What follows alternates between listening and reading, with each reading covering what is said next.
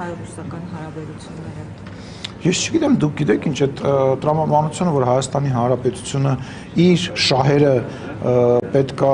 միշտ հետապնդի միած հետ նայելով տենա հանգարցակի Ռուսաստանը չի նեղսրտում, որքանով է ճիշտ։ Ես համարում եմ դա ճիշտ չի, որովհետև Ռուսաստանը, երբ որ իր շահերն առաջ տանում, ինքը չի նայում Հայաստանի Հանրապետության շահերին, ինքը կանգնում է այդ շահերի վրա,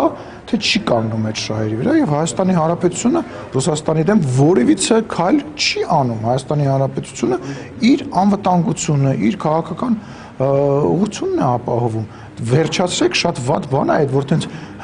կարող է ես մեկին բարև տամ, ինքը չղայնանա։ Աղա ջան, ջղայնանում ես, ես բարև տվեցի, այդ տրամաբանությունը սխալ է։ Երբ որ մենք պատերազմական վիճակի մեջ էինք անցյալում Ադրբեջանի հետ,